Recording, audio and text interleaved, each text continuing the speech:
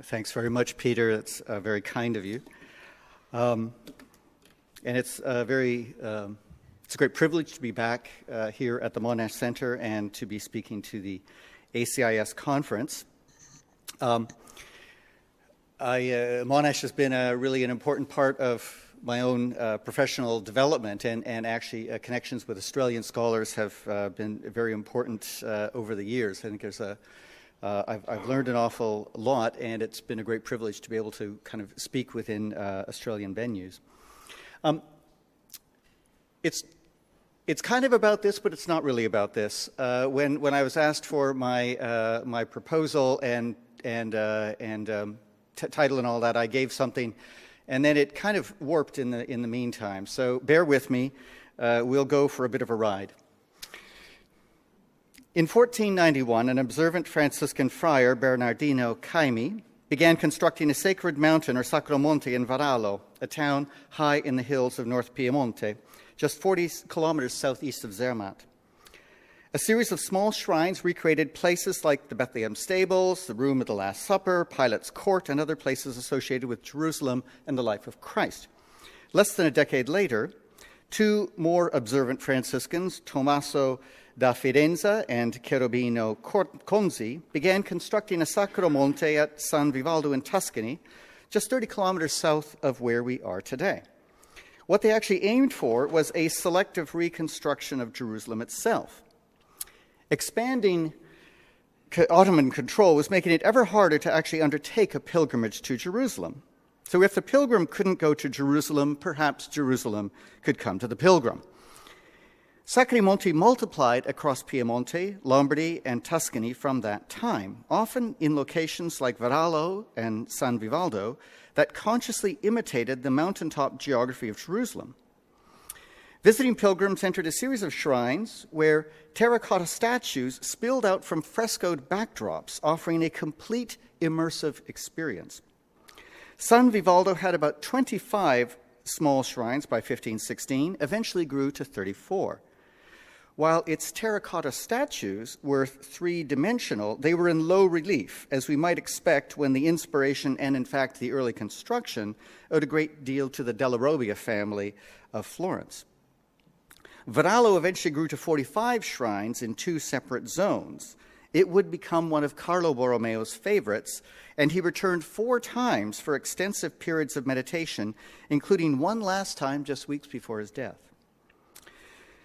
Varallo was really the model for all the others that multiplied across Piemonte and Lombardy over the next 2 centuries. Crea in 1589, Orta 1590, Giffa 1591, Varese 1598, Europa 1617, it goes on and on. Where Sanvivaldo retained its Tuscan restraint and became something of a backwater, Varallo's artists charged into the Baroque, where its imitators were determined to match or outdo it. Pretty hard to outdo this, but that didn't stop them from trying. So all these mountaintop Jerusalem shrines and others in flatter places like Bologna were meant to give the kind of immersive experience that could allow a visitor to imagine that they were in ancient Israel, close enough to Jesus to touch him on the Via Dolorosa, side by side with soldiers and spectators at the foot of the cross, and witness to a very physical Christ ascending into heaven. Visiting them now, the Sacri Monti might seem like religious theme parks, particularly those in Piemonte and Lombardy, where they did and do attract tourists. But why am I telling you this? What might they have to do with our conference theme of the dynamics of transcultural exchanges in Italy, or my own topic, advertised topic, of religious refugees in the early modern period? I'd like to invite you onto a thought experiment. In fact, I'd appreciate the help. Few of you are medievalists or Renaissance studies scholars. We won't hold that against you. Many of you know Italian culture intimately as students of literature, cinema, art, language, and urbanism across many time periods. My thought experiment is about space, about the body in space, and about how different spaces may animate the body in different ways. It's about thinking how Italians of the 15th and 16th centuries thought about the relation of space and religion, about how some bodies might pollute some spaces and about how some spaces might purify some bodies. Now, in the past few years, as Peter says, I've been studying religious refugees in the period of the Reformation, that slow-motion 16th century crash that broke apart the Catholic Church and created a host of Protestant churches across Northern Europe. Most Reformation narratives focus on Northern Europe, particularly Germany, where the reformer Martin Luther's public challenge to the sale of indulgences in 1517 is often taken as a spark that blew up the powder keg. You'll have to forgive me. I've seen enough Luther images in the last little while to serve me for a lifetime, so I thought you'd appreciate this one. Some Reformation narratives focus on England, where Henry VIII broke with the Catholic Church to create a national church that would annul his marriage. The traditional Reformation narrative holds that the Lutheran and Anglican churches, by closing monasteries, reducing the authority of priests, bringing in vernacular services, and establishing state churches under political control, broke the hold of a superstitious and corrupt Catholicism and created a new Christianity that recognized the value and conscience of individuals, above all lay individuals. Now, Italy isn't often associated with the Reformation, not just because of the ghost of Jacob Burckhardt in the closet, giving us that classic three-part formula of Italy equals Renaissance equals paganism and secularism. If Italy enters the traditional Reformation narrative at all, it's usually as the center of the reactionary Counter-Reformation institution of the Roman Catholic Church that is taking shape from the later 16th century, reframed by the decrees of the Council of Trent, animated by the militant missionary Catholicism of the Inquisition and the Jesuits, swept up in the art and architecture of the Baroque, as we see at places like the Sacri Monti. Refugees do appear in this traditional narrative, sometimes as heroic intellectuals who flee Italy a step ahead of the Inquisition from the 1540s, people like Bernardino Aquino, Pier Martire Vermigli, Lelio Sozzini, and sometimes as free thinkers like Giordano Bruno, who return to the peninsulas, and that return results in capture, trial, and execution. I like this contrast of two pictures because you get here, in a sense, what he really looks like and how the 19th century wants him to be. And that is obviously the one on the right. Now, scholars have long since shredded the traditional narrative that I was giving of, the Reformation, the rise of religious liberty, and all the rest. But it retains a powerful hold on the popular imagination. And if you doubt that at all, I would invite you to travel to Germany, where celebrations of Luther's 1517 challenges to indulgences are a huge public event, marked by government-funded restorations, government-funded exhibitions that are traveling the world, restoration of key sites, and, as we saw, Martin Luther Playmobil figures. The other thing is that actually this year, October 31st, which is the day when he supposedly posted his 95 Theses Against Indulgences, this year that is a national holiday. Now, my own exercise in shredding the traditional narrative has been to focus on the religious refugee. I'm less interested in questions of whether the Reformation was about religious freedom or not, and more about foregrounding one simple fact that simply hasn't received much attention. And put simply, from the late 15th and 16th century, the religious refugee becomes a mass phenomenon. Hundreds, then thousands, then hundreds of thousands, then millions of people were either expelled or flee for reasons of religious identity. For me, in this year, this supposed anniversary year, the big question is why? Why does that happen? My approach here moves back into the 15th century and ahead into the 18th century. So it's a very long Reformation indeed. And I do that in order to capture this phenomena fully. Reformation was never just about purifying a church and its doctrines or rituals. It was about purifying society in all its physical and institutional spaces. As the medieval Corpus Christianum gives way to the confessional religious nation-state in the 17th and 18th centuries, the numbers of religious exiles and refugees actually grows. Here, as in so much, the medieval period was relatively benign, while the Renaissance and early modern periods became steadily more violent, more exclusionary, and more punitive. And this is why I take the process back to the 15th century. There's really two key things I'd point out. One, first of all, the first groups to experience this purgative process were the Jews and the Muslims, who were subject to accelerating purgations across Europe in the 15th century, particularly the Jews, of course. Focusing on the refugee experience allows us then to bring Jews and also Muslims into the Reformation narrative in a compelling way. And the key here are the Iberian expulsions of Jews in 1492 and 97, and of Muslims in 1502, and then again later on in 1609 to 14. Second, the ones who pushed purgative reform most intensely in the 15th century were the reformers known as the Observants, who were very active, of course, in Italy. Italian observant preachers like the Franciscan Bernardino da Siena on the left, Bernardino da Feltre, Giovanni Capistrano, and the Dominican Girolamo Savonarola on the right there galvanized huge crowds and directly or indirectly founded the lay confraternities that were the most active agents of lay piety and charity. You can see, of course, Bernardino da Siena ended up well, and you'll remember that Savonarola did not end up quite as well. But since this is a talk about spaces and public spaces in the city square, I thought we should have both of these here. And, of course, that, again, is the 19th century Savonarola, contrasted to the 15th century Bernardino. Now, other observants, observant Benedictines of Santa Giustina in Padua, were at the forefront of a renewed emphasis on critical biblical scholarship from the 1430s that prefigured the work of Erasmus and Luther. Observant Clarissans like Caterina di Vigri promoted a tight enclosure of convents to the despair of some women whose entry was forced rather than voluntary. Some influential high ecclesiastics like Archbishop Antoninus of Florence and Pope Eugenius IV had been observant friars. They wanted to purify individuals, groups, and societies, and like many, they thought the best way forward was into the past. By the way, also, Martin Luther was also an observant Augustinian. So we have three observants here in different stages. So what is it about? Observe the full rigor of the original rule of St. Francis or St. Dominic, or the pain of Christ's passion, or the life of Christ's followers. It's a piety based around self-sacrifice, of charity to the poor, of personal and social purification, all built on deep discipline that defines, separates, corrects, improves, and refashions. Now, for a historian of Italy working on religious refugees in the Renaissance and Reformation, there is one awkward fact.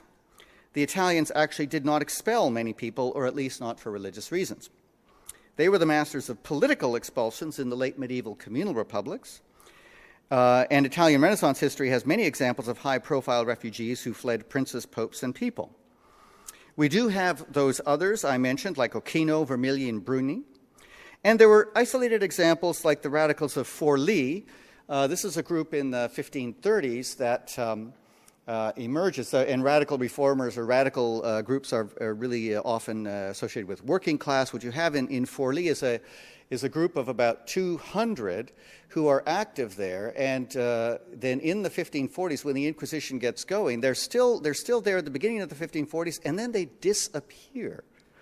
And it's astonishing because they all just go off the records, and they reappear in Moravia, where they start producing Faenza work. They become potters, and they have, for about 200 years, they produce high-end pottery in isolated radical communities. But that's really one of the few examples of a large community, say, of within Catholicism that simply disappears at this time.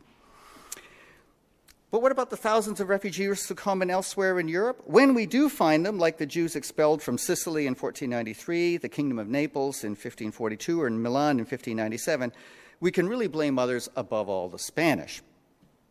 Does this leave the Italians off the hook? Not really. And this is where our thought experiment enters in.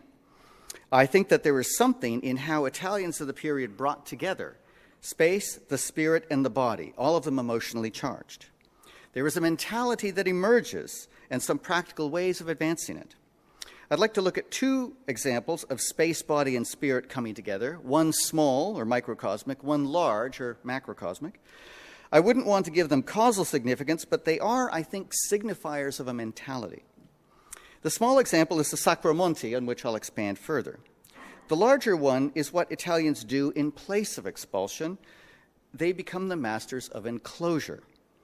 Both of these are fundamentally about space, how space affects people, how people can be changed by and in space. I'd like to make some comparisons and then try to trace one or two common threads or connections. Now, the Observant Franciscans arrive in Sanvivaldo in 1499. So this is an aerial view of what there is right now. And they immediately begin a big push to construct a scale model of Jerusalem from 1501 to 1516. And this is in relation to the 1500 Jubilee. So this is a Franciscan friary that they build first. And then the various sites are up here. As you can see, it's all in small chapels that are arranged on a hillside. Leo X offers the first indulgence in 1516, and the text of that indulgence identifies 34 cells or chapels, 17 of which remain now, and of those 13 are from the original building campaign. Now, there's a conscious imitation, a constant imitation of the topography and urban form of Jerusalem based on travelers' accounts. So Jerusalem on the left, and then Sanvivaldo on the right. Here, and you can see then the clustering of sites, the darker sites here that then are reproduced on this particular hillside. Observant preaching and teaching used sacred theater. It used talismans like San Bernardino's ACIS. It used songs. It used bonfires of the vanities. It was really, observant preaching was very much focused around imitative piety. Now, imitative piety in the 20th century in America becomes, what would Jesus do? And this is not the kind of thing that I think was being tattooed on 15th century skins, but I thought this would be another thing you would like to see. And it is often associated with violence, as you can see. But in the Renaissance, the what would Jesus do is the Imitatio Christi, which is where you relive or imitate the experience of Christ, particularly focusing on the pain of Passion Week. It's imitative, it's performative. There's communion, yes, but there's also things like flagellation and foot washing. And here is Jesus washing the feet of the disciples. I didn't give this. The next panel over here is Jesus with the communion.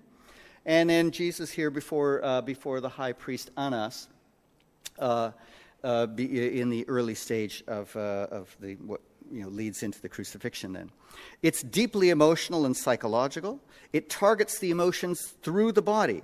You take on the pain of Christ in order better to appreciate his sacrifice. And with the Sacramonti then, there is the emotive dimension, but there is a spatial dimension as well, and then a kinetic dimension, because you have to move around the sites. So what some historians have talked about in relation to this is that we can call it not simply imitative piety, but actually spatio-mimetic piety. Spatio-mimetic, so mimesis and space put together. And so I'd like to use that term then. And what you get here is the notion of what it means then in spatio-mimetic piety, because you can't just go into one place and see everything. You really have to go up and down the hills. And as somebody who did this just a few weeks ago, it's not a flat terrain. You're going up and down hills. You're going in and out of chapels.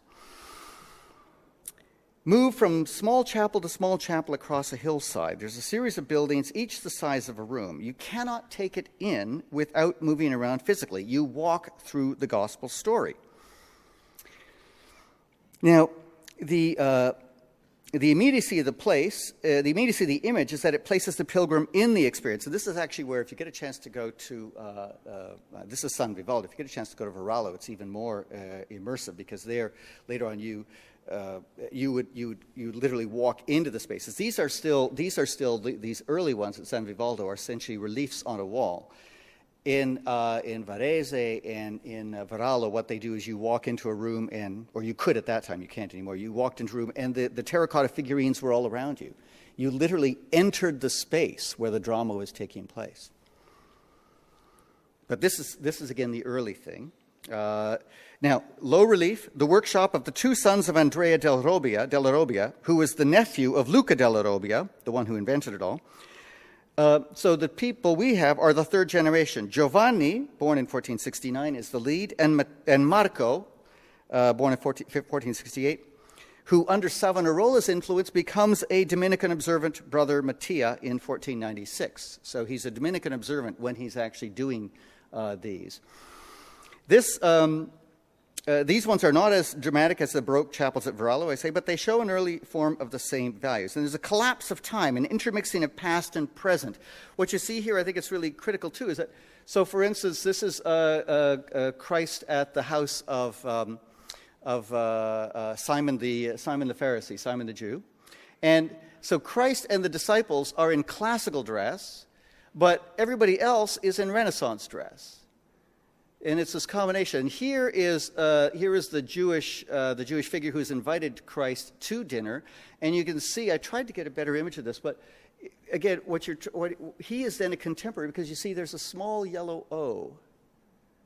And what happened in some of the legal relations, of course, some of the Jewish moneylenders could reduce the size of the symbol that they had to wear at this time. So what you have here is, what they've done is they put Christ into the house of a contemporary Jewish usurer. The people, like I said, the soldiers are in contemporary dress. Women are in between. Often the women, so this is Mary, and women, in a sense, are not so much in either contemporary or in classical dress. They're kind of dressed like nuns. They're in a space a bit in between. The Jews are presented particularly in a difficult way, and then there's this one figure here who is almost animalistic, almost like a devil. And this is the Jews, a scene of the Jews mocking Christ. Generally, the good characters have lighter skin and blonde hair, while the bad ones are darker and, as you say, even a bit deranged. Sorry, that was that figure there. Then you also get things like some of the elements which are very contemporary. So this image of the Via Dolorosa, I had to put it in two to get it all in.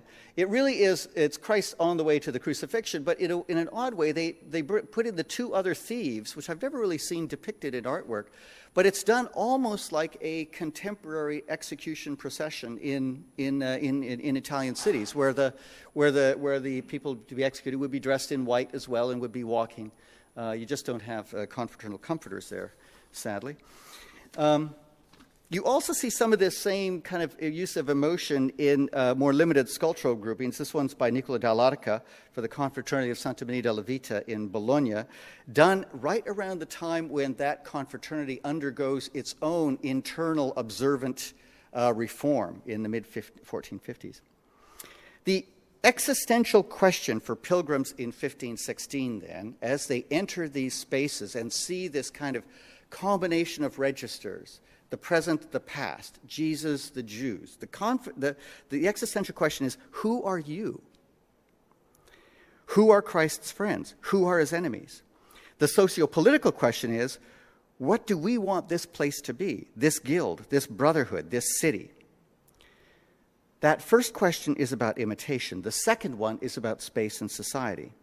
And it's also a theme in the Misericordia images, which we see had been seen at this point for 100 or more years, where, again, boundaries are important. Inside and outside are clearly demarcated. The people inside are the ones who are safe. The people outside are the ones who are not safe. And this idea of creating bounded spaces and creating then the bounded space inside the bounded space is the Christian space. That's the Corpus Christianum. Outside is, well, it's where the pagans, where the heretics, where the blasphemers, where the Jews are. And you see the results, too, are that if we associate with those others, then plague stalks the city. This is death stalking the city of Perugia.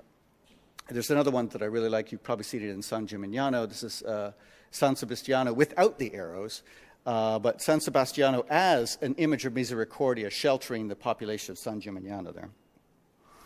So in spatio-mimetic piety, purifying people means purifying space. And so the question is, how do we do that? Well, like all imitative piety, the Sacro Monti were emotionally charged. In the spatio-mimetic piety of observantism, it wasn't the narrative that was central to the experience, but the immersion in an emotive experience through a bounded, transformed, sanctified space. This immersion is spatial, it's performative, it's emotive. The tableau had to be coherent, pure, and free of distraction or contamination. Observant piety privileged the bounded, purified space. And one constant of observant piety in the 15th century was its strive to purify those spaces where the Corpus Christianum was exercising, recreating, and instantiating Christian faith. For some, this could entail the conversion, the expulsion, or the containment of religious aliens, and Jews and Muslims above all. Italian Franciscan observants took this particularly to heart. Now, I mentioned that Italians didn't really participate in the mass movement to exile large numbers of aliens. To be more precise, they didn't participate in the efforts of the 16th century, but they had in fact been ahead of the curve in the 15th. When Eugenius IV sent Italian observants to reform the Franciscan mission of San Salvatore in Jerusalem in 1434-37, among their first acts was to banish Jews from the area around the Holy Sepulchre and their priory. We know, of course, that Iberian Franciscan and Dominican observants would later be the main ecclesiastical proponents behind the expulsion of the Jews and Muslims from Spain as well. One of the greatest charitable causes promoted by Italian observant Franciscan preachers from the mid-15th century was the Monte di Pietà, pawn banks for the poor that would raise capital from their wealthy donors and lenders and then lend out sums at low interest to the working poor. That's the theory. Observant Franciscans like Bernardino da Feltro and Marco di Matteo Strozzi were the chief movers behind these low-interest pawn shops for the poor that spread under confraternal organization from the 1460s. There's already 40 by 1472. Those who preached up the Monte di Pietà relied heavily on anti-Semitic rhetoric, describing Jewish moneylenders as impure aliens, as monsters, as wolves, feeding on the needs of the poor, to in turn feed a shameless pursuit of luxury that was morally contagious. These preachers argued that civic governments should not protect these Jews, but should expel them. The civic body could not purify itself as long as these aliens, who did not recognize Christ or Mary, remained within the walls. And so you get periodic efforts to expel them, and you do get periodic expulsions. Perugia in 1485, Parma in 1488, Milan 1489, Florence in 1494. So one option for purifying the civic space is to expel the alien, but the other then is to enclose them. And so we've got a second story for you. This is about enclosure. On the Sunday following Easter in April 1563, 800 poor women, children, and men cram into the courtyard of the bishop's palace in the center of Bologna, summoned there by civic officials who are determined to reform the way the city distributes poor relief. For decades, the city had distributed bread regularly in the courtyards of mendicant churches, but poverty had grown too great. What to do? Guards shepherded the crowd into line behind the civic magistrates and musicians for a trip to a new home. They shuffled out the massive gate of the courtyard and turned left to head east. Within a few blocks, they passed the wooden walls that had been hurriedly raised just a few years before to enclose the Jewish ghetto. They walked east past 2 enclosed convents, 1 enclosed monastery, and an enclosed girls' orphanage. They then walked out the city gate and a further kilometer down the road and into the gates of their own enclosure, the former monastery of San Gregorio, which had in recent decades also served as a leprosarium and a quarantine depot for travelers and goods. So what you've got here is the city wall. Sorry, I can't give you more, but then they had to come across out this gate and up here, and then the shelter is right here. This portico was added later on in the 16th century, but San Gregorio had been used for a whole host of reasons outside the city for quite a while. The doors closed behind them, and their new life began in a secure space that was divided into 2 large courtyards, one for men and one for women and children. Bologna was the first city in Italy to successfully establish and maintain a central poorhouse, and other cities followed the models. I mean, some other cities had established poorhouses, but they didn't actually keep them going. Bologna's dubious distinction is that it keeps it going. In Rome, Santa Trinita opened Rome's poorhouse in 1581 with a procession of 850 beggars directed or ordered by Gregory XIII, very much on the model of Bologna. Of course, Gregory XIII is Bolognese, and so when he wants to reform Roman poor relief, he takes Bologna as the model. Florence in 1620, 700 local poor are marched out the city gate to the San Marco monastery, which is San Marco Vecchio outside San Gallo. At the same time, construction starts on renovating another convent in a workhouse just inside the city walls, facing the current park of Torquato Tasso. And like Bologna's, it has courtyards, dormitories, and workrooms. It even has the same name of the Opera dei Poveri Mendicanti. The Places that the Bolognese poor passed by on their way to their workhouse in 1563 underlines a central reality. Italians were the masters of enclosures, a walled and gated space that might be a building housing dozens or hundreds, or might be a neighborhood housing hundreds or thousands. 15th century enclosures were largely charitable, not carceral or punitive. They were formative. All of the foundling homes, the orphanages, and the conservatories that were newly emerging in this period opened or soon developed into enclosures. All used the kind of rhetoric that humanist educators like Guarino da Verona and Vittorino da Feltre had used to justify elite residential schools. You must control the child to shape the adult. So these are reformatories avant la lettre, most definitely an experiment in individual improvement through education, work discipline, and social conditioning.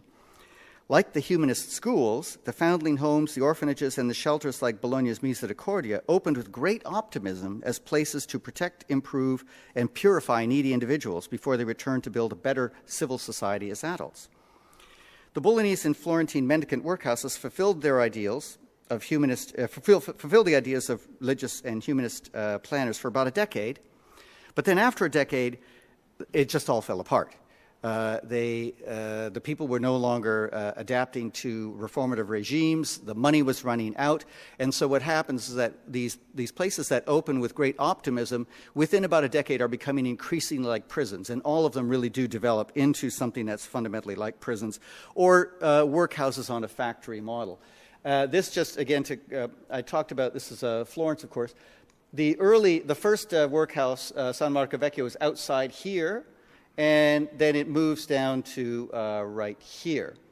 And what I've got here is a map of the city, which shows you those darker dots are where female textile weavers are. And one other project I've been doing is try to see what the conjunction is spatially between these enclosures, which really become like forced labor workhouses, and where the textile industry is taking place. It's a story repeated in countless times and places across 16th and 17th century Europe. Almost all of the many poorhouses established in cities across the continent, from London's Bridewell to Amsterdam's Burgerweeshuis to Lyon's Aumont Général to Genoa's Albergo dei Poveri, begin in a flush of religious and reformist enthusiasm. Almost all develop into prisons. The educational and social discipline that was to reform residents becomes instead the tool used to control inmates. So enclosures are the 15th and 16th century Italian alternative to expulsion. Though, as we saw with Bologna, sometimes they do both. They expel them from the city and then work them into an enclosure. The main reason then why Italy had so few refugees was that it had so many enclosures. They handled the problem of purity, contagion, and purgation that led many other societies to expel. And we can see this with the enclosed ghettos for Jews, which were a particularly Italian innovation. The charitable institutions like convents, orphanages, and workhouses purified Christians within the enclosed space by protecting them from contagious influences outside the walls. This is a conservatory in Bologna for fairly well-off girls who had lost their parents, so it's kind of concentrated there. And so there was a great desire to make sure that these middle-class girls were well protected. Ghettos, they were those charitable institutions protect the girls inside. Ghettos, on the other hand, purified Christians who were outside the enclosed space by protecting them from the contagious presence of the Jews who lived inside the walls. The charitable institutions, the foundling homes, the conservatories, shelters for abused women and reformed prostitutes, are clear examples of spatio-mimetic piety because they aim to purify their residents by creating conditions to purify body, mind, and spirit in a rigorous regime of devotions and work. Can we say the same thing for the ghettos? I think that at a certain level we can. Italy's ghetto for Jews are like the inverse of exile, the flip side. They create a form of inner exile for the Jews locked inside. They also represented a moving horizon of expectations. Italian society of the 15th century had aimed to find a civic space for Jews within the legal structure of the condotta, the legal fiction of belonging. Italian society of the 16th century aimed to find that civic space within the physical structure of the walled ghetto, an enclosure that limited physical contact, thereby curbing physical contagion and so maintaining purity. Not all ghettos are the same. Venice's ghetto from 1516 encloses a relatively new and diasporic community of Jews from Iberia, Germany, and the Levant. Rome's ghetto of 1555 drew a wall around a stable community that went back 1,500 years. Florence's 1570 ghetto became the new home for many of Tuscany's Jews. The city had barely 6 Jews in 1564, but it had over 400 soon after the ghetto was opened in 1570. All of these ghettos were porous to a degree, but their gates remained in place until the French Revolution. They were a form of internal exile. So can we see them as an example of spatio-mimetic piety? Is there anything that we can read in their location and in the proximities to their location? I think we can read a lot, particularly if we carefully unpack the spatial and sensory dimensions, just as we did with the Quattro Mori. Because both the Quattro Mori and the ghettos use the senses, the emotions, ritual associations, and space to shape the individuals inside and outside. And how do we see this with regard to the ghettos, particularly those of Tuscany? So again, this is the ghetto in Florence, which is beside the old Mercato Vecchio. It's really the space of the modern Piazza della Repubblica, so it's around there. In Siena, what we've got is a ghetto that is just right around here. So here's the Campo, here's the Palazzo Pubblico, and then the ghetto is just right beside it there. What I want to do is then show a few common things. Both are located, when they're opened, both of them were located next to brothels. The Florence ghetto actually occupies one of the 2 city blocks that in 1410 had been set aside for the brothel. And this is part of a ritual humiliation that goes back long in local culture of associating prostitutes and Jews, both having to wear a yellow sign. Of course, in Rome, we have the race between Jews and prostitutes. The other thing to think of, though, is that when you have a space like the ghetto next to the brothel, there's sonic implications, because brothels are noisy places, and they're particularly noisy on the weekends. They're particularly noisy on Saturdays. So when you have the decision to place a brothel next to a ghetto, you're not simply engaging in a ritual of humiliation. You're actually making it more difficult for Jews to practice their own religious needs. They're both located immediately beside markets. The one, of course, the Mercato Vecchio in Florence, and then there's a market behind the palace in Siena. Noisy as well, but it also reduces the need or the possibility for Jews to travel through city streets. They really go out of the ghetto, right into the market, and right back.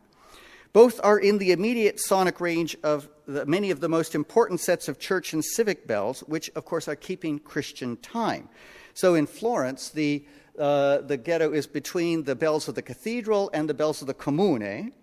In Siena, it's between the bells of the Comune and the bells of San Martino, which is an important church that's right next to the ghetto.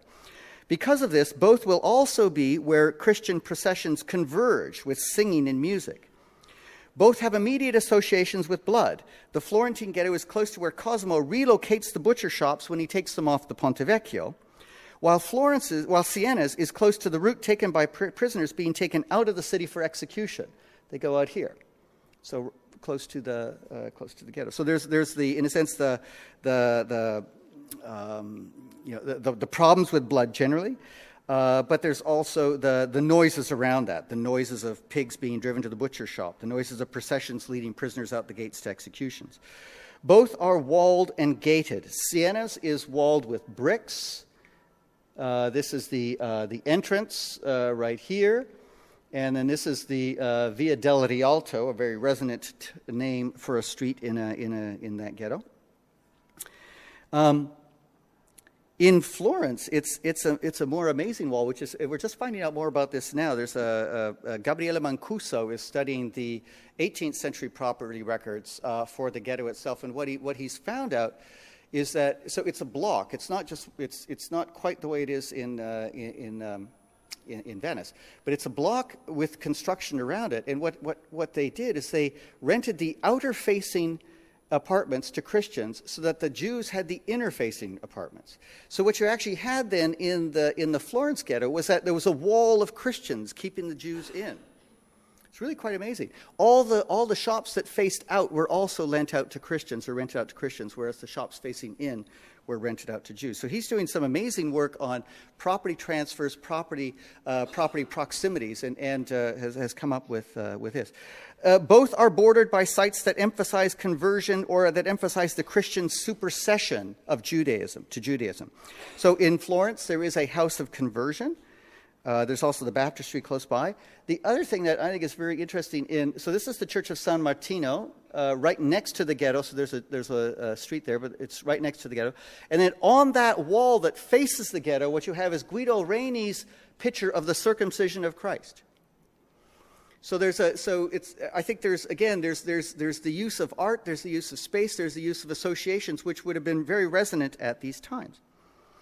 So by containing and quarantining the contagious Jewish presence, they protect the purity of the Christian city. But they are not meant to be passive containers. They're also meant to convert, to turn Jews into Christians. So it's an active conversionary effort. Now, I'd like to move then to Livorno, that I'm looking at now, where we can see similar dynamics and meanings if we read carefully into the urbanistic form. At first glance, Livorno seems to be something entirely new, a step beyond the confinement of enclosures and ghettos. It's been hailed as an experiment in the cosmopolitan coexistence of different national and religious groups, and hence the opposite of that purgative impulse that was creating so many exiles and refugees in other parts of Europe. So Livorno seems to be where the transnational dynamics we are studying at this conference first were implemented. The new city starts, this is Bernardo Buontalento's design from 1576, and then it's superseded later on, but they really start building it from the 1590s, and you've got obviously 1, 2, 3, 4. This is by the end of the 18th century. This is the earlier part when it starts in the 1590s. The new city starts emerging in the 1590s from a small fishing village. Livorno has no ghetto. In fact, Jews can live openly with their own synagogue and a public street, and this is deliberate. Ferdinand I passes decrees in 1591 and 1593 that are called the Livornine that make it essentially a free port commercially and that offer extensive toleration to other nations and their religions. This is, in the first instance, an economic development policy that's aimed at attracting Jewish merchants from the Ottoman Empire. It succeeds wildly, and the city grows rapidly with not just Jews, but Greeks, Armenians, Flemish, Dutch, German, English, French, both Catholics and Protestants. Because it's the base of the Tuscan fleet, it also has a Banyo, from the Turkish Banyo, that houses thousands of galley slaves, including around 2,000 to 3,000 Muslims from around the Mediterranean. And to serve them within the Banyo, we have 3 mosques. So the only mosques in Tuscany in the 17th century are in Livorno. Let me show you. The Banyo is here. And I'll be showing you a few other religious sites. This gives you an idea of how it grows over time, right? So it's filled in gradually. They first build the walls and the moat, and then they fill it in gradually. Now, at first glance then, Livorno seems the model of interracial, interreligious toleration. There is no ghetto, and apart from the Banyo, there is no enclosure. Jews, Muslims, Greeks, Armenians, Catholics, and Protestants can walk the streets together openly without fear of prosecution. It's a remarkable place that drives the papacy mad. The Pope actually wants to excommunicate the Archbishop of Pisa because he is not being firm enough in keeping this religious diversity in Livorno under control. Is Livorno a sign that Italians, or at least Tuscans, are moving beyond those impulses that created religious exiles and refugees in so many other parts of Europe? Well, it might be nice to think so. But at this point, I think that if we look again at the space, the body, the senses, it's less the violation of the rule than it is the exception that proves the rule. I mean, one of the things that we have here is that I think that Livorno has no ghetto because Livorno is the ghetto, by which I mean to say Livorno is the enclosure. It doesn't need an enclosure. I mean, it just has a banyo, but it is an enclosure. It's an isolated location. There's malarial swamps, one of the reasons why nobody had settled there, because it was a terribly unhealthy area. The walls are among the first of the new constructions, built in large part by Muslim slaves and Christian convicts, with heavily guarded gates. There are 2 fortresses, one on the water and one internally. Where are we now? This one here and then this one up here. The urbanistic layout and the sensory regimes underscore the dominance of the Catholic faith. So in the center, you see here, there's an enormous public square. It's no longer as big as it was because after the war they built something in the middle of it. But it used to be an enormous square. And in that square, the cathedral holds pride of place. The synagogue is right here. Then you have the Greek church, the Armenian church, and then this Church of the Madonna, which was kind of like a low-grade Catholic church that almost even any Protestant could go to. So it's a deliberately kind of watery Catholicism, let's call it that. Then you also had, and then the Banyo again up here.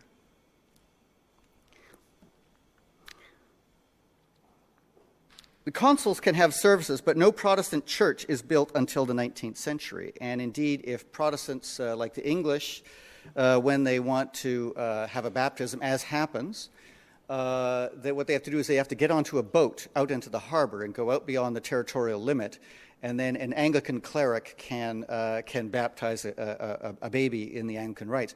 This happens in the 18th century, and it's reported in English papers, which are then picked up in Rome to the great anger of certainly of the Vatican, but also the great anger of the dukes in Florence, because they say, like, for heaven's sakes, keep it quiet. Non-Catholics are still buried outside the city in unconsecrated ground. Let's see, up here. It's actually up just around here. There are, so continuing with this kind of some of the spaces, this is the, again, to show you, this is the cathedral, this is the synagogue. That space here is where the baptistry is, right closest to the synagogue. And what you see there is the baptistry has its own door going straight out facing the synagogue. This is the baptistry on the inside, this is the baptistry on the outside. Having been there on Sunday, I can tell you too that when those bells, the bells were taken, they got a complete set of bells from a monastery in Florence. Those bells are loud. And the one thing you would certainly hear in the synagogue would be the bells of the Catholic Church, of the cathedral. Legal regulations aim to continue the separation of groups. The governor's first duty, it was really the first item on his agenda, was not to reduce religious diversity, ironically enough. And there were legal restrictions on things like Jewish-Christian cohabitation. So the usual things, Jews could not keep Christian servants, could not have Christian midwives, or Christian wet nurses, sorry. Conversion efforts continued. Jews who wanted to convert were sent to Florence. Muslims who wanted to convert were sent to Rome. These are some of the spaces of diversity. I mentioned this Church of the Madonna, where when you go inside, there are still, different nations had their own altars. This was the synagogue on the inside, quite elaborate. Of course, in the Second World War, Livorno was bombed quite extensively. This is the English cemetery. Facing now a confraternity, the Misericordia, which is now houses a Romanian Orthodox church, but was actually built in a classical style in the 1820s as the English church. Finally, the English could have a church there, and their church then faces the gates of the cemetery. Here is the Banyo, and I thought you would be interested in this in particular. So the Banyo is the main space here, and it's kind of roughly it's a adapted triangle almost, let's say. One of the mosques is up here, and one of the mosques is down here. So they're entirely internal spaces with no windows. This is a church. So you see the church kind of unites the mosques or goes between them. Now, this was all destroyed in the 1930s. It was torn down. And what was built is the Questura on the same space. So they kind of replaced one prison with another. It's really quite an amazing building. This Questura building also houses the Archivio di Stato there.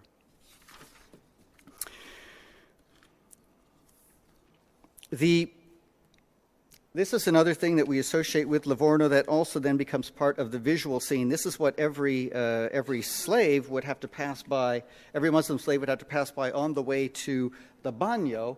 This is the Quatro Mori with the statue of Ferdinand, Duke Ferdinand on the top. This was done in the 1590s. Sorry, the slaves were added to the base in the 1620s. Interesting, there was some dispute about this. The slaves really are thought by most art historians to be portraits. You can see that when the Muslim slaves were in town, they were held in chains for the first few weeks, and then after that their head was shaved and they had a small tuft at the top. This is one reason why they could actually walk freely through the town, because they were readily identifiable. Also by color, and the slave manifests note the color of the slaves when they come in. So not all of them are black slaves. A number of them are black slaves. This is called the Quattro Mori, but actually there's only one of these four statues that represents a black African. The others were, say, from Albania or from the Ottoman Empire, they're Turks from other parts of the world. Now, this is in the local art gallery. It's the gessos that Pietro Tacca had before doing the statues. The interesting thing about them is that they're almost they're not shaved heads, and they're more Caucasian. They're actually more classical.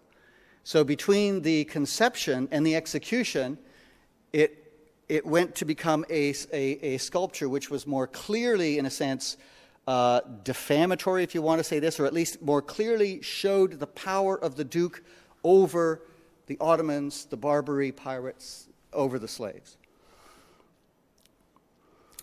And these efforts then actually continue in the later 17th century, after the very pious Cosimo III comes to the ducal throne. He's in power from 1663 to 1713. One of the things he does, he installs the Capuchins, who are really the observants of the observants, on the top floor of the slave Banyo. Now, beyond on one level, the Grand Dukes have to be very careful, because they can't really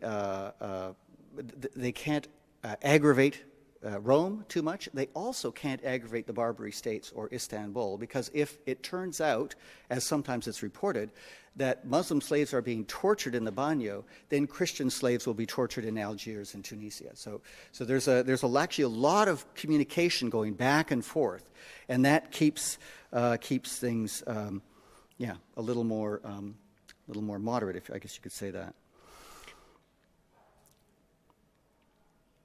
So beyond diplomacy, there's a genuine reluctance to push things too far, and no effort to use Livorno as a model for relations in other parts of Tuscany. And I think it's in these ongoing features that when we scratch the surface of Livorno's urbanism, we see something closer to the spatio-mimetic piety of Jewish ghettos, charitable enclosures, and the Sacri Monti than it is to any new social order of cosmopolitan coexistence.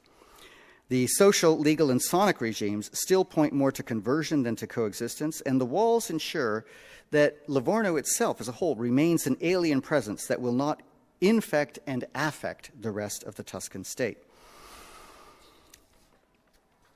I'll try to jump ahead here to end this more quickly. So where have we come? Was Italy part of the mass movement of expulsion and purgation that made the early modern period the time when the religious refugee emerged as a mass phenomena? I've tried to answer this indirectly by looking less at the expulsions themselves than at how Italians thought about the perfect religious society and whether and how they found space for the religiously alien in that. And this was the thought experience I was trying to take us through. I've aimed to look at the intersections of body, space, and spirit. Looking microcosmically at the Sacri Monti was in part a teaser meant to take us away from theological abstractions and into religious psychology around the individual body and the social body. We saw that late medieval imitative spirituality took on a very particular form in Italy, intense, immersive, and emotive, without much space for the alien or for the other. Spatio-mimetic spirituality was about purifying Christian people by purifying Christian space. Looking macrocosmically at enclosures was meant to explore how hospitals, ghettos, and sometimes even cities took that concept of spatio-mimetic purity further in a way that allowed Italians to retain the alien without fear of contagion and so without threat of expulsion. Walls, gates, and barred or bricked windows kept the alien distant but near, less able to infect and pollute the Christian body politic. Enclosing nuns, orphans of the poor was uncomplicated. Enclosing Jews, Armenians, and Protestants was far more complicated. It required reinforcing physical walls with more of the sensory tools drawn from spatio-mimetic piety, sounds, sights, proximity to others, from prostitutes to priests. I focused on religious motivations, but I think that religious reform is animated by some of the same drives that we find in the humanist movement: the drive to the past and its purity, the desire to not just understand but to imitate past models, the need to discipline self and others, and the gathering sense that definitions always involve exclusion. What I mean by that is that the religious refugee becomes a mass phenomenon not just because priests and pastors took control of society and wrenched it hard in the direction of religious intolerance. The desire for purity, the fear of contagion, the drive to purgation is as much secular as spiritual. It can be found across Renaissance and early modern society. In Italy, it took some different forms than in Spain, Germany, or France.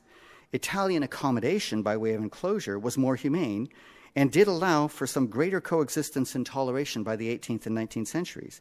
It did help Italians to eventually find more spaces for different bodies, something that they're still wrestling with today. Thank you very much.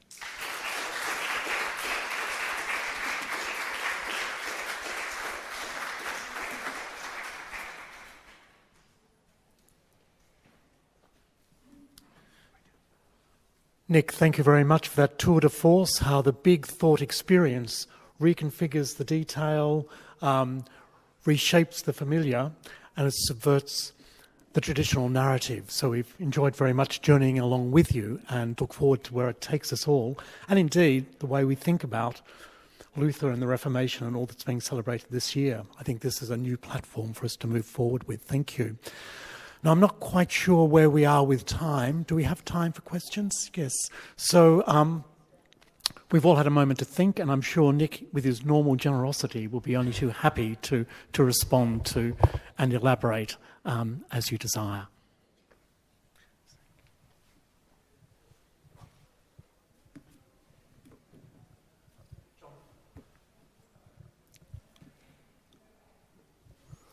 Thanks, Nick. Is this working? Can you hear me? For a very rich paper. I'm trying to think about other possible models for enclosure and Venice, because if you think about the first ghetto, it's Venetian. Mm-hmm. And I mean, you'll know as well as I do, Ravid has shown the ancestry of the ghetto, and we've got the Venetian brothel. But before that, we've got the Fondaco dei Tedeschi. Mm-hmm. And as the name suggests, it's taken from the Funduk.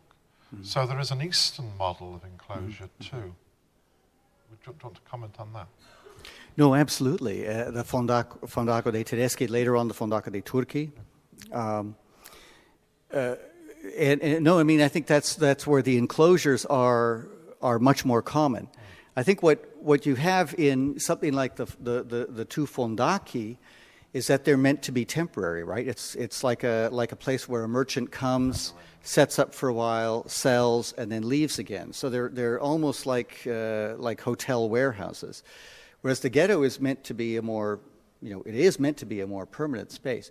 I mean, I don't want to draw too many distinctions. I think there's a continuity from one to the other, and that's why I think of it in terms of a moving horizon of expectations, where as they realize, we can do this, which is a different way than what Angela Merkel meant when she said that in Germany. But when they said we can do this, they realized, well, because that's one of the things about the expansion of enclosures in some of the charitable institutions that I've looked at. So I mentioned the workhouses, where it's compressed. It's really, like I said, within about 10 years. But in a number of the other ones, like the conservatories, the orphanages, it sometimes takes decades or even about 100 years before they move from something which is, it's secure, but it's not enclosed. And I can see one after another becomes more tightly enclosed. I think part of that is a shifting ethos, but I do like to think in terms of shifting horizons of expectations, that different generations thinks actually we can do more, we can take this model and push it further. So that's why there will be a whole multiplicity of models. I mean, obviously monasteries and convents are a natural model. Lazaretti.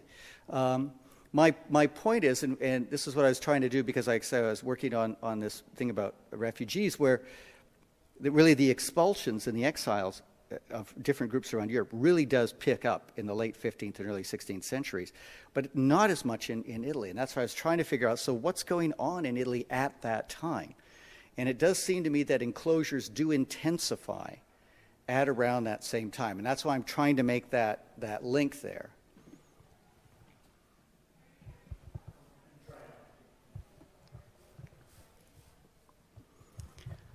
Thank you. Really, really fascinating. I just wanted to perhaps ask you if you could sort of expand a little bit on this sort of secular aspect of enclosure. And I think you mentioned it, so I'm sorry if I'm probably repeating what you just said. I wanted to sort of tell us a little bit more about enclosure as, in a secular sense, as also as a business model and as a way to make sure that the economy, that the wealth of cities would be continued, actually developed by having these communities under control, but also by having them interact with the markets, with the trades that sort of were going on. So can you tell us a little bit about this being perhaps a more successful model, economic model for Italian centers as opposed to other centers in Europe? Do you see any differences there? And does that really apply or not? Everybody tries it and it never quite works. So every workhouse tries, like not just in Italy, but they all open with the idea that this will be where manufacturing takes place. What normally happens is that, I mean, think of what you've got. You've got a very transient workforce. You've got people who have no training. What happens is that the work that's done in many of the workhouses ends up being the kind of work that can only be bought by the state. So they make sails for ships and they make uniforms for soldiers because nobody else wants to buy the garbage, frankly, that they're producing. And that was where scholarship took it by about the 1580s. It declared that these workhouses were all failures. But I think that the workhouses at a certain point are failures, but enclosures are not. And where I think that the thing that, this is to my mind, one of the things that a lot of that scholarship of the 80s did not take into account was precisely gender. That the enclosures that become the most effective are the ones for young girls. Because what you get there is a workforce which is in place for about 8 to 10 years. There is high discipline. There is a set of procedures, which is usually around different forms of textile industry, either making lace or even just reeling silk cocoons. You need a captive labor force. You need it ready to go. You can't pay it a great deal. You need a certain degree of training. And you need an incentive. And what these girls are promised is that their work will be turned into dowries. So whereas general workhouses are a general failure, the conservatories for girls tend to be, and I don't like to use successful without question, without the quotes, right? They are real workhouses. And they're the ones that end up developing, sometimes they develop a really central role within certain processes. Now, the certain textile processes, either because they have their own patterns. So when I showed you San Vito del Baracano in Bologna, they have set lace patterns which they are making for really hundreds of years. The other thing that happens in a place like Tuscany is that early on, these girls are used to be the ones who reel silk cocoons at the time when the Duke of Tuscany is trying to move that production into Tuscany. Because it used to be that they got the cocoons or the